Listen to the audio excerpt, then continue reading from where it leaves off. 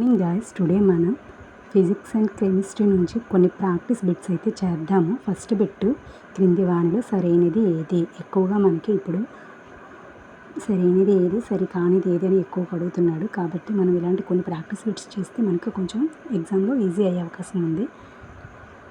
First bit, ఒక వస్తువు యొక్క వెచ్చదనం కింది వానిలో సరైనది ఏది? క్రింది వానిలో సరైనది ఏది? ఒక వస్తువు యొక్క వెచ్చదనంకు నమ్మదగిన కొలత దాని ఉష్ణోగ్రత. కింది వానిలో సరైనది ఏది అంటే ఫస్ట్, ఒక వస్తువు యొక్క వెచ్చదనంకు నమ్మదగిన కొలత దాని ఉష్ణోగ్రత. మిగతావన్నీ కూడాను సరికానివి. సరైనది ఏది అంటే ఫస్ట్ది. రెండోది, క్రింది వానిలో సరికానిది ఏది? క్రింది వానిలో సరికానిది ఏది? పైవన్నీ కూడా సరికానివి. క్లినికల్ థర్మామీటర్తో వస్తువులు ఉష్ణోగ్రతను కూడా కొలవవచ్చును.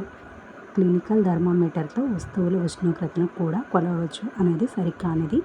రెండోది కూడాను, క్లినికల్ థర్మామీటర్పై సూర్యరశ్మి యొక్క ప్రభావం ఏమాత్రం ఉండదు. మూడోది, క్లినికల్ థర్మామీటర్ను మంటకు దగ్గరగా తీసుకువెళ్ళినప్పుడు ఎలాంటి ప్రభావానికి గురి కాదు. పైవన్నీ కూడాను సరికానివి. థర్డ్ వన్, క్రింది వానిలో సరైనది ఏది? క్రింది వానిలో సరైనది ఏది? పైవన్నీ కూడా సరైనవే. ఫస్ట్ది, జ్వరమానినిలో ఉండే నొక్కు పాదరసం దానంతట అది పడిపోకుండా నివారిస్తుంది. రెండోది, పాదరసం ఒక విష పదార్థం. పాదరసం అనేది ఒక విష పదార్థం. మూడోది, డిజిటల్ థర్మామీటర్లో పాదరసం ఉపయోగించరు. డిజిటల్ థర్మామీటర్లో పాదరసం అనేది ఉపయోగించరు. నాలుగో బిట్టు, ఈ క్రింది వానిలో సరికానిది ఏది? ఈ క్రింది వానిలో సరికానిది ఏది అంటే థర్మామీటర్ను ఉపయోగించక ముందు పాదరస మట్టం స్థాయి 35 డిగ్రీల సెంటీగ్రేడ్ కంటే ఎక్కువగా ఉందని నిర్ధారించుకోవాలి. థర్మామీటర్ను ఉపయోగించక ముందు పాదరస మట్టం స్థాయి అనేది 35 డిగ్రీల సెంటీగ్రేడ్ కంటే ఎక్కువగా ఉందని నిర్ధారించుకోవాలి. ఇది మనకి సరికానిది. క్రింది వానిని జతపరచండి. ఇనుము అనేది మనకి ఒక ఉష్ణవాహకం. ఇనుము అనేది మనకి ఒక ఉష్ణవాహకం. చెక్క ఏంటి? ఉష్ణ అధమ వాహకం. చెక్క గుండా విద్యుత్ అనేది ప్రసరించదు కాబట్టి చెక్క ఉష్ణ అధమ వాహకం. సముద్రం నుండి వీచే గాలి అనేది సముద్ర పవనం అవుతుంది. సముద్రం నుండి వీచే గాలి అనేది సముద్ర పవనం అవుతుంది. తర్వాత ఆరోది, ఈ క్రింది వానిలో సరైనది ఏది? సరైనది ఏది అంటే వికిరణం ద్వారా ఉష్ణ ప్రసరణ జరగడానికి యానకం అవసరం లేదు. సి మాత్రమే సరైనది. వికిరణం ద్వారా ఉష్ణ ప్రసరణ జరగడానికి యానకం అనేది మనకి అవసరం లేదు కాబట్టి ఇది సరైనది. ప్లాస్టిక్ ఉత్తమ ఉష్ణవాహకం, సరికాదు. అల్యూమినియం అనేది అధమ ఉష్ణవాహకం, సరికాదు. ఏడోది, ఈ క్రింది వానిలో సరికానిది ఏది అన్నాడు. క్రింది వానిలో సరికానిది ఏది అన్నాడు. మనకి పగటి సమయంలో నేల కన్నా నీరు త్వరగా వేడెక్కుతుంది. మనకి పగటి సమయంలో అయినా మనకి రాత్రి సమయంలో అయినా నేల కన్నా నీరు అనేది త్వరగా వేడెక్కుతుంది. అంటే వేడి చేస్తే తప్ప మనకి నీరు అనేది వేడెక్కదు కాబట్టి ఇది రాంగ్ స్టేట్మెంట్. అలాగే రాత్రి సమయంలో నేల కన్నా నీరు ఆలస్యంగా చల్లబడుతుంది. ఇది కూడా మనకి రాంగ్ స్టేట్మెంట్. బీసీ అనేది మనకి రాంగు. రైట్ స్టేట్మెంట్ ఏంటి అంటే ద్రవ వాయు పదార్థాల సంవాహనం ద్వారా ఉష్ణ ప్రసరణం అనేది జరుగుతుంది. ఎయిత్, క్రింది వారిని జతపరచండి. ఒక రోజుల గరిష్ట ఉష్ణోగ్రతను తెలియజేయనిది. ఒక రోజుల గరిష్ట ఉష్ణోగ్రతను తెలియజేయనిది ఏంటంటే గరిష్ట కనిష్ట ఉష్ణమాపకం. గరిష్ట కనిష్ట ఉష్ణమాపకం. బి, ప్రయోగశాల థర్మామీటర్ వ్యాప్తి. ప్రయోగశాల థర్మామీటర్ వ్యాప్తి అనేది 10 డిగ్రీల సెంటీగ్రేడ్ నుండి 110 డిగ్రీల సెంటీగ్రేడ్ వరకు ఉంటుంది. ప్రయోగశాలలో థర్మామీటర్ యొక్క వ్యాప్తి ఎలా ఉంటుంది అంటే 10 డిగ్రీల సెంటీగ్రేడ్ నుండి 110 డిగ్రీల వరకు మనకి సెంటీగ్రేడ్ వరకు ఉంటుంది. వస్తువుల ఉష్ణోగ్రతను ఉపయోగించే థర్మామీటర్ ఏంటి అంటే ప్రయోగశాల థర్మామీటర్. వస్తువు ఉష్ణోగ్రతను ఉపయోగించే థర్మామీటర్ ప్రయోగశాల థర్మామీటర్. క్రిందిది 9th బిట్, ఈ క్రింది వానిలో సరైనది ఏది? ఈ క్రింది వానిలో సరైనది ఏది? ఏ అనేది అన్ని సందర్భాల్లో ఉష్ణం వేడి వస్తువు నుండి చల్లని వస్తువుకు ప్రసరిస్తుంది. ఏ అంటే అన్ని సందర్భాలలో ఉష్ణం వేడి వస్తువు నుండి చల్లని వస్తువుకు ప్రసరిస్తుంది.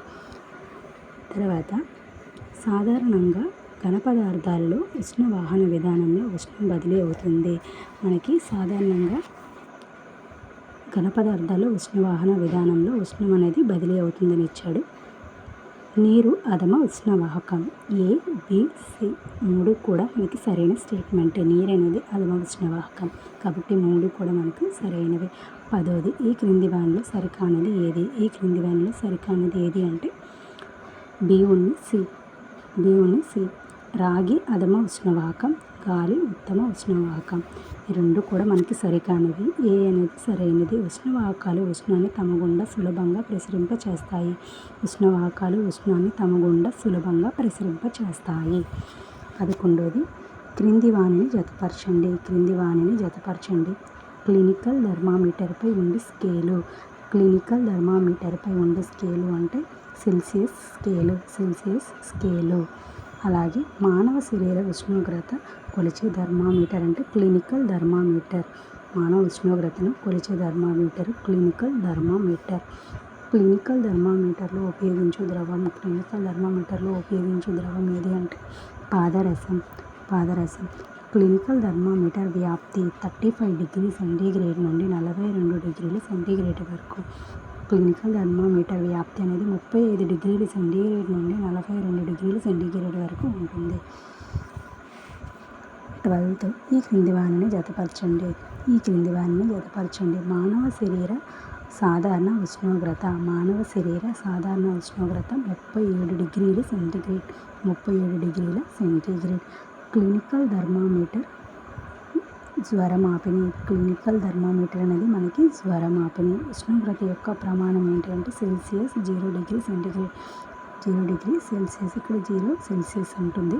ఉష్ణోగ్రత యొక్క ప్రమాణం సెల్సియస్ 0 డిగ్రీ సెంటీగ్రేడ్. ఇక్కడ క్లినికల్ థర్మామీటర్ అనేది జ్వరమాపిని. 13వ ఒక వస్తువు యొక్క వేడి కొన నుండి చల్లని కొనకు ఉష్ణం బదిలీ జరిగే పద్ధతి. ఒక వస్తువు యొక్క వేడి కొన నుండి చల్లని కొనకు ఉష్ణం బదిలీ జరిగే పద్ధతి అంటే ఉష్ణ వహనము. 14వది భూమి నుండి సముద్రం వైపునకు కదిలే గాలిని ఏమని పిలుస్తాము? భూమి నుండి సముద్రం వైపునకు కదిలే గాలిని భూపవనం. ఏమంటారు? భూపవనం.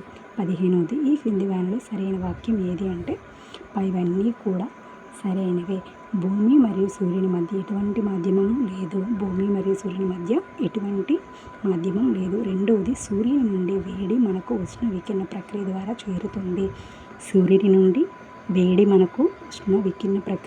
చేరుతుంది.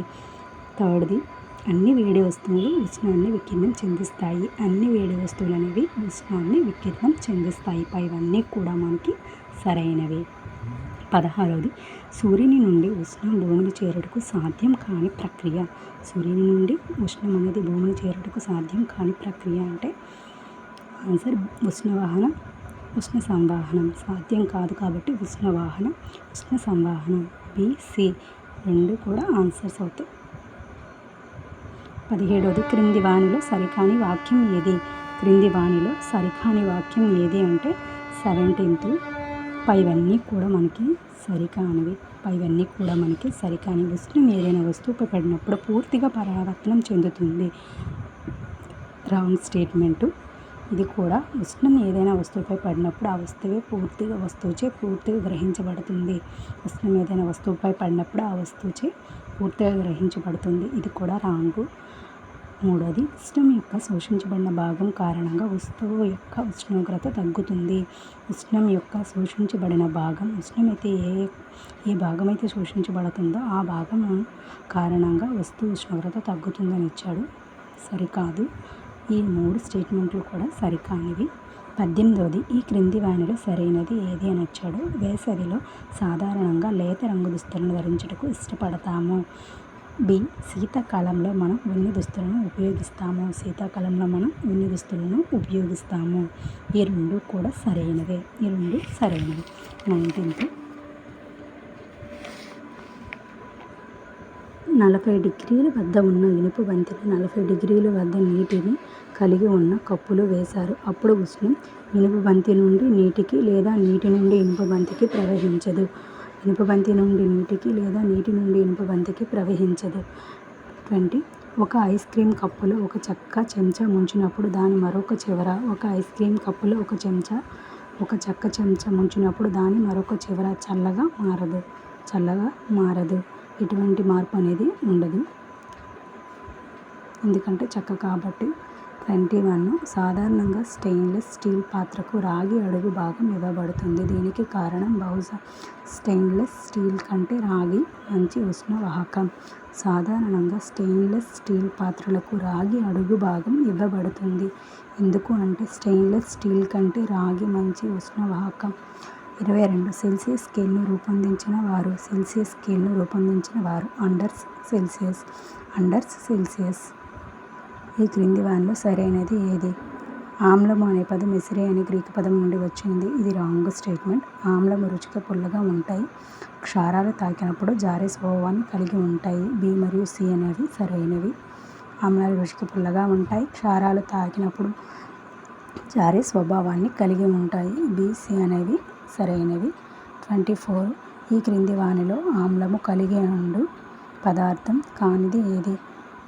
ఏది కాదు. ఎందుకు అంటే నారింజ ఆమ్లాన్ని కలిగి ఉంటుంది. పెరుగు కూడా ఆమ్లాన్ని కలిగి ఉంటుంది. నిమ్మరసం కూడా మనకి ఆమ్లాన్ని కలిగి ఉంటుంది. 25 ఈ క్రింది వానిని జతపరచండి. అస్కార్బిక్ ఆమ్లం, ఉసిరి. లాక్టిక్ ఆమ్లం అంటే పెరుగు. పాలను పెరుగుగా మారిస్తే మనకి లాక్టిక్ ఆమ్లం అనేది ఏర్పడుతుంది. అందుకే లాక్టిక్ ఆమ్లం అంటే పెరుగు. ఎసిటిక్ ఆమ్లం వెనిగర్. ఆక్సాలిక్ ఆమ్లం పాలకూరలో మనకి ఆక్సాలిక్ ఆమ్లం అనేది ఉంటుంది. 26 చింతపండు టార్టారిక్ ఆమ్లం. నారింజ సిట్రిక్ ఆమ్లం. నారింజ అనేది సిట్రిక్ ఆమ్లం. సిట్రస్ పండ్లన్నీ కూడా ఆస్పారిక్ ఆమ్లాన్ని కలిగి ఉంటాయి. సిట్రస్ పండ్లు ఆస్పారిక్ ఆమ్లం. 27 ఎసిరే అనేది పుల్లని పదార్థం. అంటే ఆమ్లం కాబట్టి పుల్లని పదార్థం. రుచిలో చేదుగా ఉండినది. మనకి సబ్బు ఇలాంటివన్నీ కూడా చేదు స్వభావాన్ని కలిగి ఉంటాయి. అవి నురగా మనం రాసుకునేటప్పుడు పొంగుగా నురగగా ఉంటాయి కాబట్టి వాటిని క్షారాలు అంటారు. క్షారాలు కాబట్టి రుచిలో చేదుగా ఉంటాయి క్షారాలు. సి క్షారానికి ఒక ఉదాహరణ బేకింగ్ సోడా. ఒక పదార్థం ఆమ్లమా లేదా క్షారమా అని పరీక్షించుటకు ఉపయోగించే పదార్థాలు ఏవి అంటే సూచికలు. ఒక పదార్థం ఆమ్లమా లేదా క్షారమా అని పరీక్షించుటకు ఉపయోగించే పదార్థాలు ఏవి అంటే సూచికలు. 28 క్రింది వానిలో సరైనవి ఏవి? చీమ కుట్టినప్పుడు ఫార్మిక్ ఆమ్లం విడుదల చేస్తుంది. ద్రాక్ష పండులో టార్టారిక్ ఆమ్లం ఉంటుంది. ఏ, బి రెండూ కూడా సరైనవి. చీమ కుట్టినప్పుడు ఫార్మిక్ ఆమ్లం విడుదల చేస్తుంది. ద్రాక్ష పండులో టార్టారిక్ ఆమ్లం ఉంటుంది. 29 ఈ క్రింది వానిలో సరైనది ఏది? సబ్బులో ఉండు క్షారం పొటాషియం హైడ్రాక్సైడ్. అతి సాధారణంగా ఉపయోగించే సహజ సూచిక ఫినాప్థలిన్. లిట్మస్ ఒక కృత్రిమ సూచిక. ఏది కాదు. లిట్మస్ అనేది ఒక కృత్రిమ సూచిక అని ఇచ్చాడు మనకి. 29 ఫస్ట్ అవుతుంది. సరైనది ఏది అంటే ఫస్ట్. అంటే సబ్బులో ఉండే క్షారం పొటాషియం హైడ్రాక్సైడ్. సబ్బులో క్షారం ఉంటుంది, దాన్ని పొటాషియం హైడ్రాక్సైడ్ అంటారు. క్రింది వానిలో సరైనది ఏది అంటే ఫస్ట్ది సబ్బులో ఉండే క్షారం పొటాషియం హైడ్రాక్సైడ్. 30 ఈ క్రింది వానిలో సరికానిది ఏది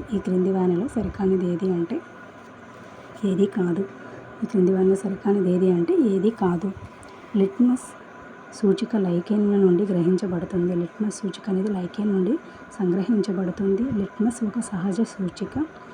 లిట్మస్ సూచిక స్వేదన జలంలో లేత ఊదా రంగును కలిగి ఉంటుంది. ఈ మూడు కూడా సరికానివి. 31 క్రింది వానిలో సరైనది ఏది? ఆమ్ల ద్రావణానికి కలిపినప్పుడు లిట్మస్ ఎరుపు రంగులోకి మారుతుంది. క్షార ద్రావణానికి కలిపినప్పుడు లిట్మస్ అనేది నీలం రంగులోకి మారుతుంది. సాధారణంగా లిట్మస్ ఎరుపు మరియు నీలి లిట్మస్ పేపర్గా లభిస్తుంది. పైవన్నీ కూడా ద్రావణానికి సరికానివి. సారీ ఫ్రెండ్స్, ఇక్కడ మనకి 31 అనేది పైన అన్నీ కూడా సరైనవేని. ఇక్కడ సరైనది ఏది అని ఇచ్చాడు. పైవన్నీ అంటే 3 కూడా సరైన స్టేట్మెంట్లే. ఆమ్ల ద్రావణానికి కలిపినప్పుడు లిట్మస్ ఎరుపు రంగులోకి మారుతుంది. ఆమ్ల ద్రావణానికి లిట్మస్ కలిపినప్పుడు ఎరుపు రంగులోకి మారుతుంది. అదే క్షార ద్రావణానికి కలిపినప్పుడు లిట్మస్ అనేది నీలం రంగులోకి మారుతుంది. సాధారణంగా లిట్మస్ ఎరుపు మరియు నీలి లిట్మస్ పేపర్గా లభిస్తుంది. సాధారణంగా లిట్మస్ మరియు ఎరుపు మరియు నీలి లిట్మస్ పేపర్గా లభిస్తుంది. 32. ఈ క్రింది వానిలో సరికానిది ఏది?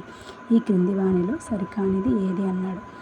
ఏ ఉన్ని బి రెండు కూడా సరికానివి. తటస్థ ద్రావణాలుగా సాధారణంగా ఆమ్లాలు, తటస్థ ద్రావణాలు సాధారణంగా ఆమ్లాలు, తటస్థ ద్రావణాలు సాధారణంగా క్షారాలు.